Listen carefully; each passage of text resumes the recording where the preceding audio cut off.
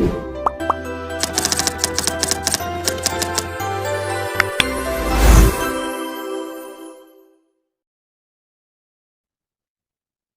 bismillahirrahmanirrahim. Assalamualaikum warahmatullahi wabarakatuh.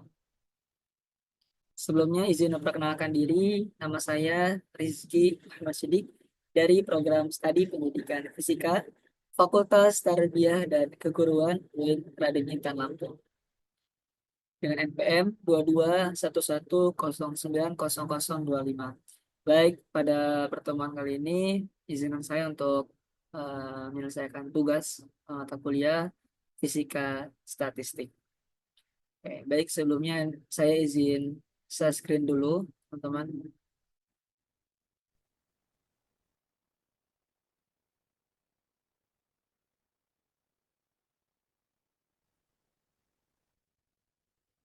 Baik, saya langsung izin share screen dulu, teman-teman.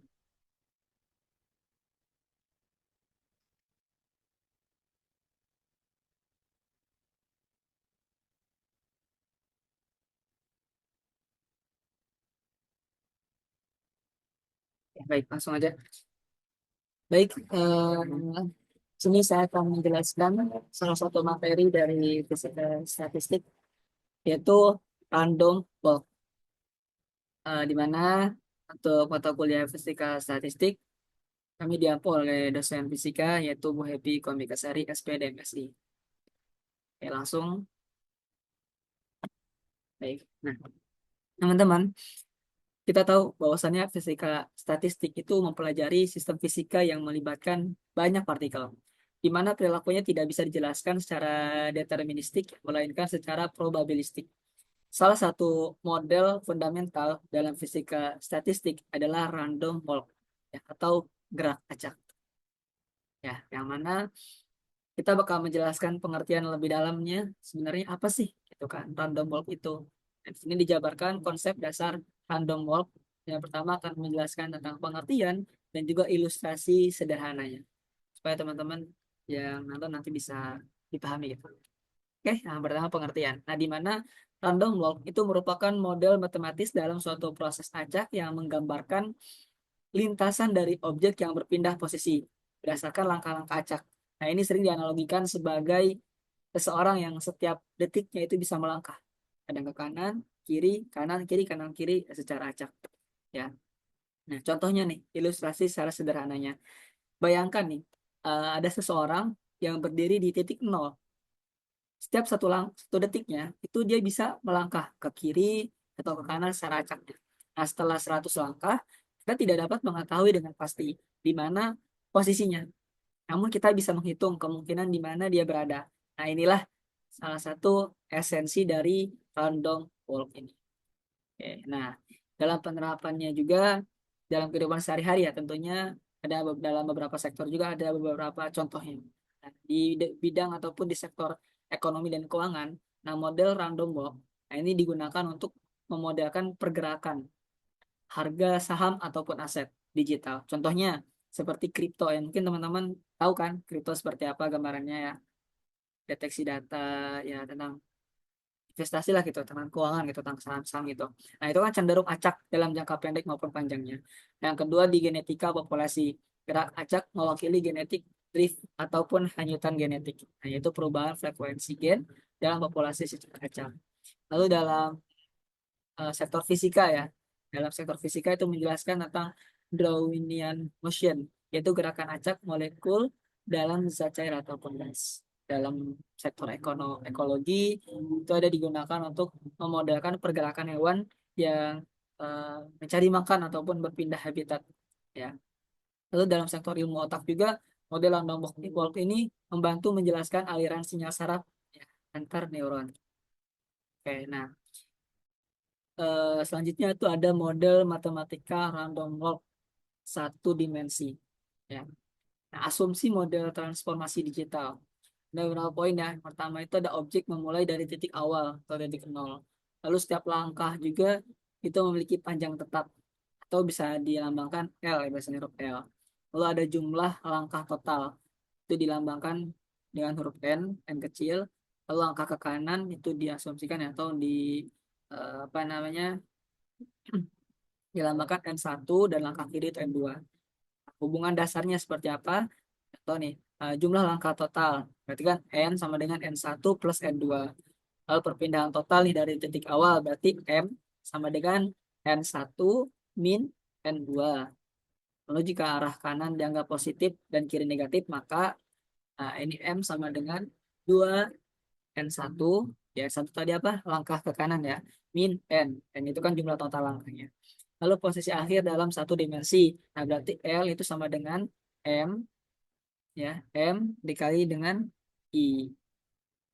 Maaf, M dikali dengan L, ataupun setiap langkahnya ya, panjang langkahnya. Oke, next. Nah, ada konsep probabilitas dan distribusi binomial. Nah, probabilitas langkah, misalkan probabilitas langkah ke kanan itu disimbolkan dengan huruf P. Terus ada probabilitas langkah ke kiri itu disimbolkan dengan huruf Q. Nah, maka kita tahu berarti apa? P ditambah Q sama dengan 1. Ini jika diasumsikan Jika diasumsikan peluang ke kanan dan ke kiri gitu sama besar. Ya. Jadi ya P sama dengan Q sama dengan 0,05. Oke, nah ini ada distribusi binomial. Binomial. Nah, untuk menghitung kemungkinan seseorang berada di posisi tertentu setelah n langkah, nah, maka adalah sebuah rumus ya, digunakan rumusnya. Nah, ini rumusnya P dalam kurung N1, N2 ya sama dengan C dalam kurung N, N1 dikali P pangkat N1 dikali Q pangkat N2. Jadi dengan C dalam kurung N, N1 sama dengan N per dalam kurung N1 dikali dengan N2. Nah, ini yang merupakan distribusi binomial.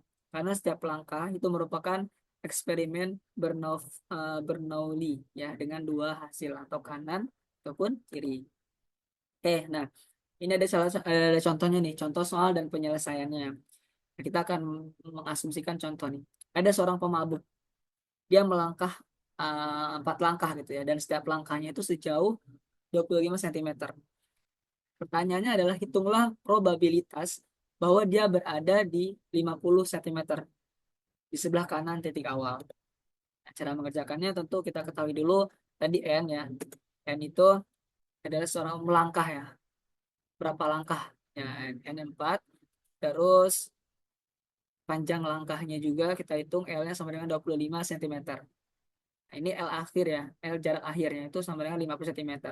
Maka kita ketahui M sama dengan L, ya L besar ya per L kecil, sama dengan 50 per 25. Jadi sama dengan 2 langkah. Nah, kita hitung nih, hitung N1 dan N2-nya. Ya, kita masukin rumus-rumus tadi yang di awal ya. Kita masukin rumus yang di awal ini tadi. Ya, nah ini kita masukin. Ya, oke, coba kita masukin ya. Sini, hitung N1 dan N2-nya. Nah, dari M sama dengan 2N1 per N sama dengan 2 ya. Maaf, saya ulang lagi. Dari M sama dengan 2N1 per N. Maaf, min N ya. Strip 2 sama dengan 2N1 min 4 ya. Kita lanjutkan lagi. Jadi N1 itu berapa? N1 sama dengan 3, N2 sama dengan 1. Nah, ini hasilnya ya. Kayak bisa dipahami ya.